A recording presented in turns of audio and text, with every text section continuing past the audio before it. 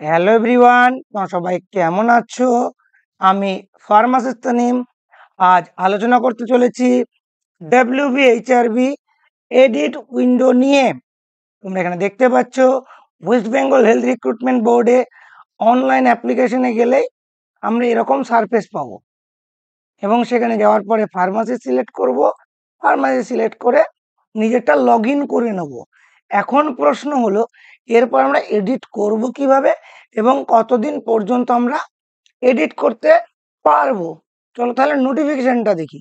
তোমরা দেখতে পাচ্ছ West Bengal health recruitment board থেকে 29/8/2025 একটা নোটিশ এসেছিল। বিভিন্ন মানে যে রিক্রুটমেন্ট হচ্ছে প্রতিটা রিক্রুটমেন্ট এখানে আছে ইনক্লুডিং ফার্মাসিস্ট। এই যে রিক্রুটমেন্ট, এই যে pharmacy advertise number, recruitment pharmacist কি হয়েছিল, ডেট এক্সটেন্ড হয়েছিল কত তারিখ পর্যন্ত? 22/9/2025 পর্যন্ত। আফটার দ্যাট এডিট উইন্ডো দিয়েছে important instruction regarding the edit window. Edit window কবে থেকে কবে অ্যাভেলেবেল? 23/9 থেকে 25/9 পর্যন্ত বিকেল 5টা। অনেকেই বলছো টাইমটা, তাহলে ওই 25/9/2025 রাত্রে 11:59 কিন্তু না, বা দুটোও কিন্তু না। 25/9/2025, আজকে 24 তারিখ, কালকে 25 তারিখ। আজকালের ভিতরে এডিট করে নাও। 5টার ভিতরে কি কি এডিট করতে পারবো? এই জায়গাটা দেখো, applicant would be allowed to edit some of the field হলো except name of the applicant, date of birth, mobile number, email ID. এগুলা ছাড়া সমস্ত কিছু আমরা এডিট করতে পারবো। আমি তোমাদেরকে অ্যাপ্লিকেশনে গিয়েও দেখাবো। ওয়েবসাইটে যাব, গিয়ে এখান থেকে আমরা এডিট করতে পারবো। এটা অলরেডি আমি ভিডিওর প্রথম পার্টে দেখিয়ে দিয়েছি কিভাবে লগ ইন করবে। কিন্তু এখানে একটা কথা বলা আছে, edit option can be avail only once during the aforesaid period. মানে তুমি একবারই এডিট করতে পারবে।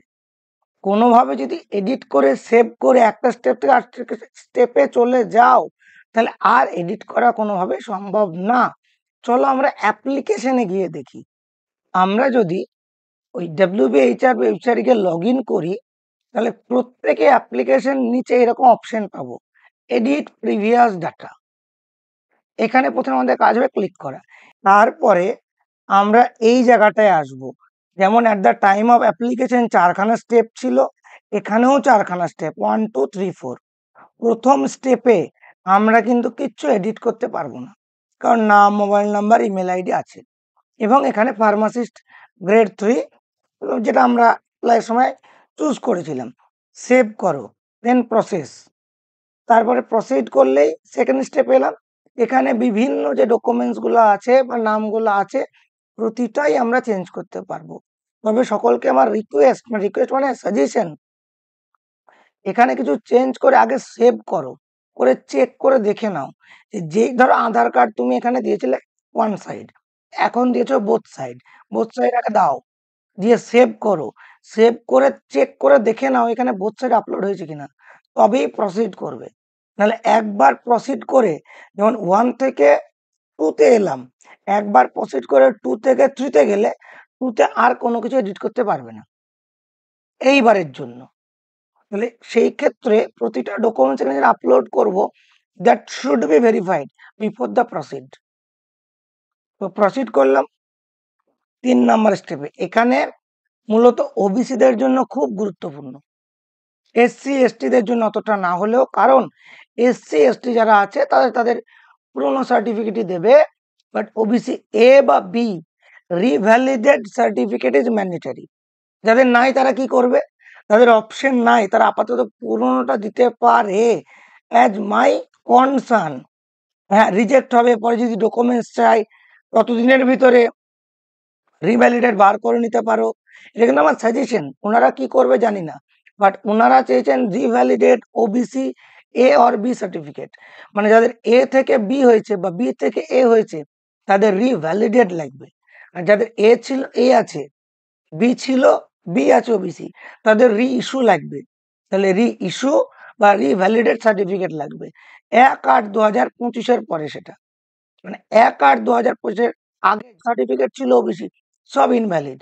তাহলে আমার তো এ থেকে এই ছিল, কি করে বুঝবে? Date of issue that should be 1/8/2025। এই ডেটটা অবশ্যই 1/8/2025 পরে হবে। তোমার কোনো ওবিসি সার্টিফিকেট মানে নতুনদের থাকলে আমি তোমাকে দেখাতে পারতাম যে তাদের কিন্তু এই ডেটটা কারো সেপ্টেম্বর মাসের 10 তারিখ, 8 তারিখ, 12 তারিখ, মানে মোটামুটি আগস্টের পরে। এবং এই যে সার্টিফিকেট নাম্বার, এটাও কিন্তু নতুন একটা সার্টিফিকেট নাম্বার পাওয়া যাচ্ছে। তাহলে রিভ্যালিডেট বা রিইস্যু ওবিসির যে সার্টিফিকেট নাম্বার, সেটা এখানে দিতে হবে। এবং যেই ডেটে হয়েছে রিসেন্ট, সেপ্টেম্বর মাসের 10 তারিখ, 12 তারিখ, 8 তারিখ, 9 তারিখ, 15 তারিখ, সেই ডেটটা এখানে দিতে হবে। আর এই জায়গাটায় ওই নতুন সার্টিফিকেটটা আপলোড করতে হবে for the OBC A or B, either revalid or reissue. এটাও আপলোড করার পরে সেভ করবে, চেক করে দেখবে, তারপরে সেভ করার পরে এখানে ক্লিক করবে, দেখে নেবে সার্টিফিকেটটা আপলোডটা হয়েছে কিনা। আফটার দ্যাট প্রসিড করবে। নেক্সট এখানেও সেম গল্প, এইচএস এর মার্কশিট অ্যান্ড সার্টিফিকেট। এখানে বি ফার্মের বা ডি ফার্মের মার্কশিট অ্যান্ড সার্টিফিকেট। আর ব্যাচেলার ডিগ্রি হলে, ডিপ্লোমা হলে মার্কশিট অ্যান্ড সার্টিফিকেট, ব্যাচেলার হলে marksheet certificate and conversion sheet, DGP আর সিজিপি টু পার্সেন্টেজ। কোথায় পাবে conversion sheet? Pharmacist name Facebook পেজে পিন করা আছে, পেজে যাবে একদম উপর দিকে পিন করা আছে, সেখানে বিভিন্ন কলেজের ডেটা আমার কাছে আছে, যেটা ছিল আর কি, সেটা আপলোড করা আছে। আর এখানে রেজিস্ট্রেশন মানে বড় রেজিস্ট্রেশনটা with updated renewal if possible. Renewal mandatory বলেনি, কিন্তু যতটুকু আমি জানি রিনিউয়াল দিয়ে দেওয়াটা বেটার তোমার জন্য, কারণ ভ্যালিড রিনিউয়াল না থাকলে you are not a registered pharmacist. That's why updated renewal with registration. এখানে বি ফার্মের মার্কশিট উইথ কনভার্সন শিট আর ডিপ্লোমার মার্কশিট উইথ সার্টিফিকেট, আর বি ফার্মের marksheet with conversion sheet and certificate. আর এখানে এইচএস এর মার্কশিট অ্যান্ড সার্টিফিকেট। এবার ডিপ্লোমা অ্যান্ড ব্যাচেলার থাকলে কি করবে?